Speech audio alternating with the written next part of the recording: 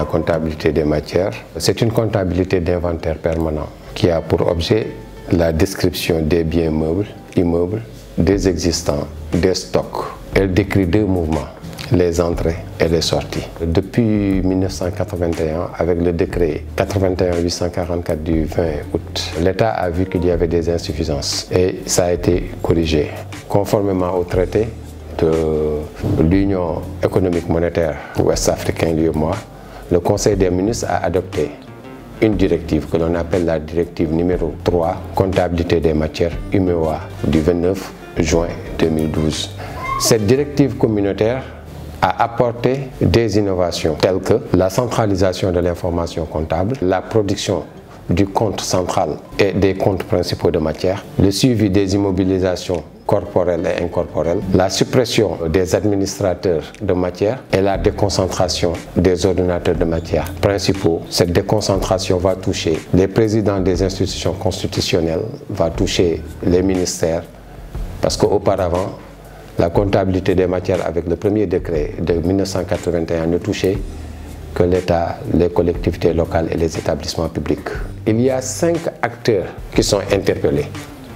C'est l'ordonnateur, au niveau universitaire, c'est le recteur. La seule autorité habilitée à donner des titres de mouvement, c'est le comptable des matières. Ce sont des personnes désignées pour recevoir ces ordres et procéder à la gestion et à la tenue de la comptabilité des matières. C'est le magasinier fichiste, c'est le détenteur des matières et c'est l'utilisateur final. Il y a 3 sections dans la comptabilité des matières. Le compte nomenclature, les opérations et les procédures, et il y a les documents. Le bon d'entrée, le bon de sortie définitive, le bon de sortie provisoire, le livre journal des matières et le grand livre des comptes.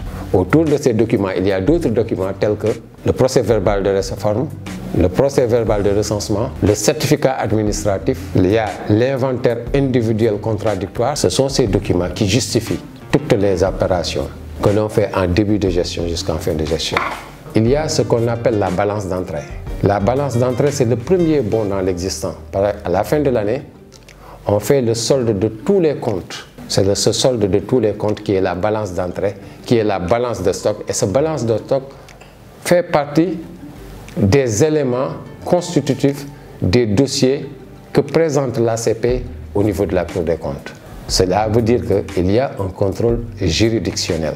Dès la prise de ma première mission, le recteur m'a dit qu'il voulait la centralisation des informations comptables sur le mobilier, sur le matériel informatique, ainsi de suite, pour impacter positivement sur le quotidien des travailleurs. C'est pour cela que nous avons fait le tour de beaucoup d'institutions depuis mars 2022 et aujourd'hui on est à 90% d'achèvement pour pouvoir présenter un document scientifique capable de retracer l'ensemble des matières qui existent au niveau des instituts qui dépendent du rectorat, au niveau des écoles doctorales, au niveau aussi des directions et services. Mais toutes ces innovations ont apporté des réformes. Ces réformes sont une meilleure coordination, une meilleure organisation, mais aussi de la transparence et une meilleure gestion des matières de l'État.